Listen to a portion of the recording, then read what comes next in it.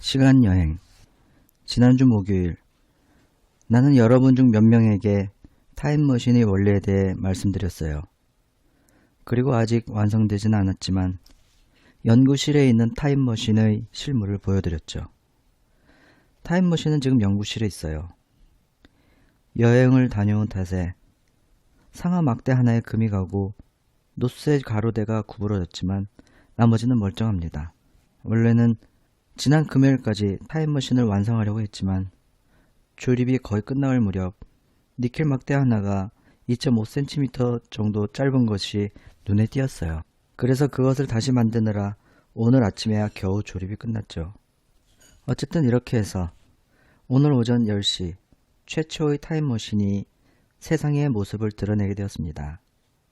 나는 마지막 점검으로 나사못들을 다시 한번 살펴보고 석영 막대에 기름을 쥔 뒤 좌석에 앉았어요.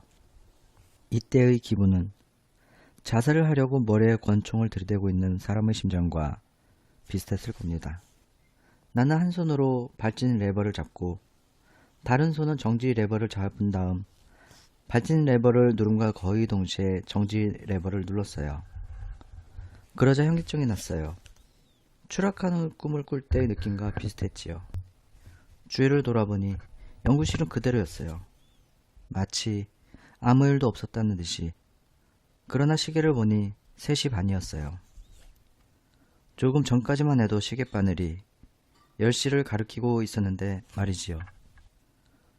숨을 크게 들이마신 뒤 이를 악물고 양손으로 발진 레버를 힘껏 눌렀어요. 그러자 쿵 하는 소리와 함께 몸이 앞으로 튕겨져 나갔어요. 연구실은 안개에 쌓인 듯 흐릿해지고 어두워졌어요. 위체 부인이 들어와서 정원으로 통하는 문으로 걸어가는 게 보였는데 나를 보지는 못한 것 같더군요. 연구실을 가로지르는데 보통 1분쯤 걸리지만 위체 부인은 마치 로켓처럼 날아갔어요. 나는 받침 레버를 최대한 뒤로 젖혔어요. 등불이 꺼지듯 밤이 찾아왔어요. 그리고 다음 순간 내일이 오고 연구실은 점점 희미해져 갔어요. 밤이 찾아왔고 다시 낮이 되고 뒤이어 또 밤이 되고 다시 낮이 되었으며 그 속도가 점점 빨라졌어요. 귓속은 윙윙거리고 머릿속이 혼란스러웠어요. 시간 여행을 할 때의 그 이상한 기분을 어떻게 전달하면 좋을지. 아무튼 아주 언짢은 기분이었어요. 마치 롤러코스터를 타고 머리부터 떨어지는 듯한 기분이었지요. 게다가 곧장 무언가 부딪혀 산산조각이 날 것만 같았어요. 속도가 빨라지면서 마치 검은 날개가 퍼덕거리는 것처럼 낮과 밤이 번갈아가며 빠르게 지나갔어요. 희미하게 보이던 연구실도 사라지고 태양이 1분 간격으로 하늘을 가로질렀어요. 1분의 하루가 지나간 셈이었죠. 타임머신이 연구실을 뚫고 넓은 공간으로 나온 거라고 생각했어요. 무슨 발판 같은 게 보였지만 순간적으로 지나갔기 때문에 자세히 보지는 못했어요. 타임머신을 타고 가면 세상에서 제일 느린 달팽이도 눈 깜짝할 사이에 지나가 버리지요. 어둠과 빛이 빠른 속도로 계속 바뀌기 때문에 눈이 아팠어요. 그 사이에도 달이 초승달에서 보름달로 변해가고 별이 원을 그리며 도는 것이 어렴풋이 눈에 들어왔습니다. 타임머신의 속도가 더 빨라지자 빠른 속도로 바뀌던 낮과 밤이 하나로 합쳐져서 회색빛 무리로 보였어요. 하늘은 새벽 하늘에 흔히 볼 수 있는 아름다운 푸른빛이었고요. 불쑥 솟아오른 태양은 붉은 빛을 띠며 찬란한 아치를 그렸고 달은 은빛빛 모양이 되어 흔들렸지요. 가끔 푸른 하늘에 밝은 원을 그리는 것이 있었는데 바로 별이었어요. 주위 풍경은 여전히 안개에 쌓인 듯 희미했어요. 나는 아직 언덕 위의 우리 집 근처에 있었어요. 멀리 회색빛 산마루가 보이더군요. 순식간에 자란 나무들은 갈색과 녹색을 띄었어요. 그것들은 자라서 잎이 무성해졌다가 추위에 몸을 떨며 사라져 갔지요.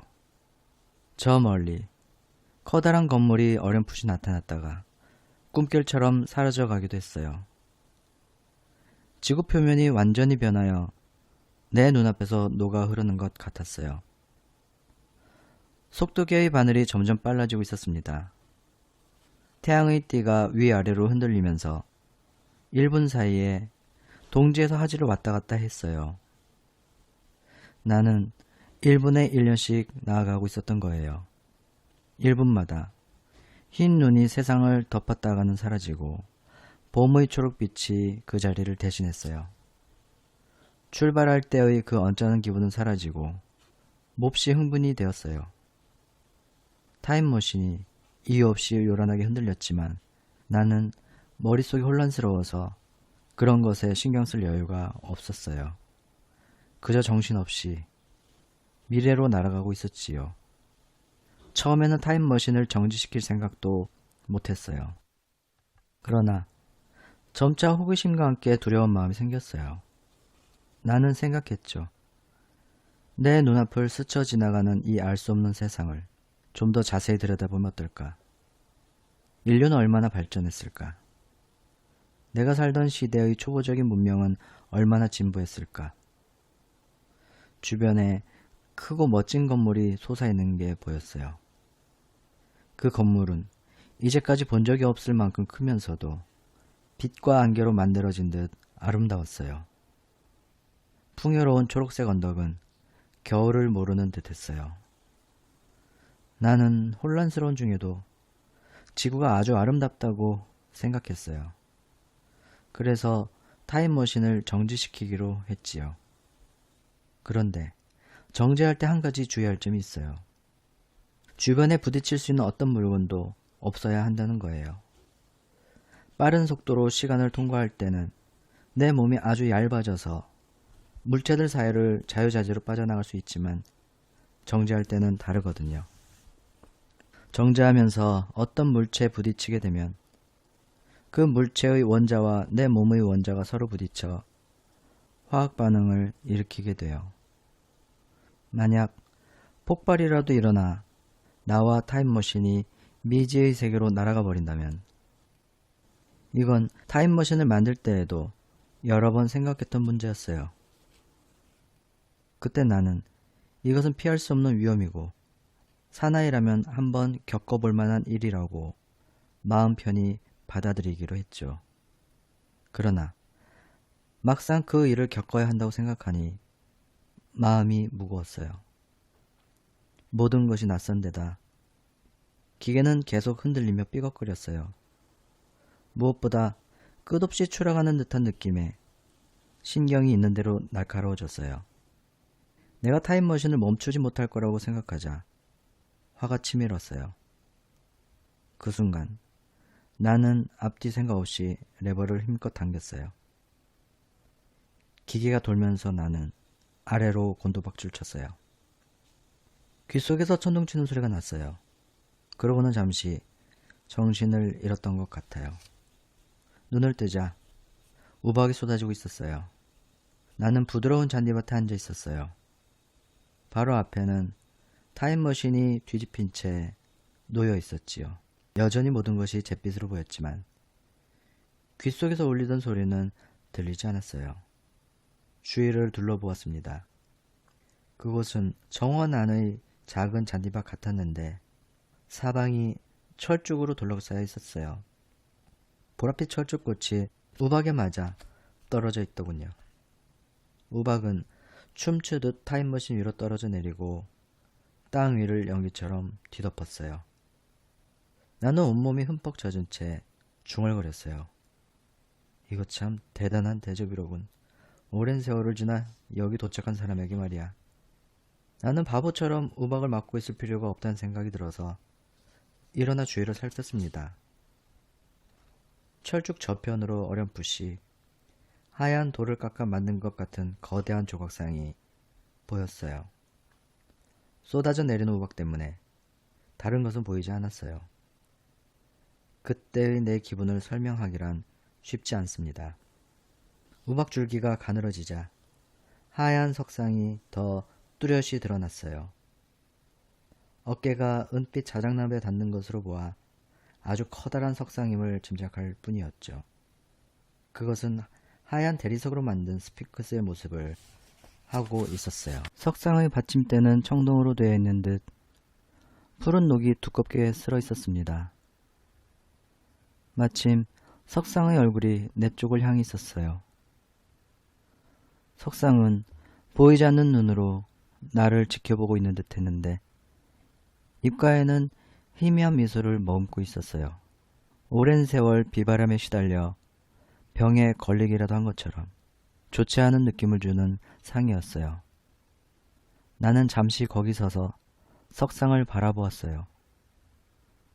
쏟아지는 우박의 양이 많아지고 적어짐에 따라 석상은 앞으로 나오거나 뒤로 물러서는 것처럼 보였답니다. 마침내 석상에서 눈을 떼었을 때에는 우박이 가늘어지면서 하늘이 밝아오고 있었어요. 나는 다시 한번 웅크리고 있는 하얀 물체를 쳐다보았습니다.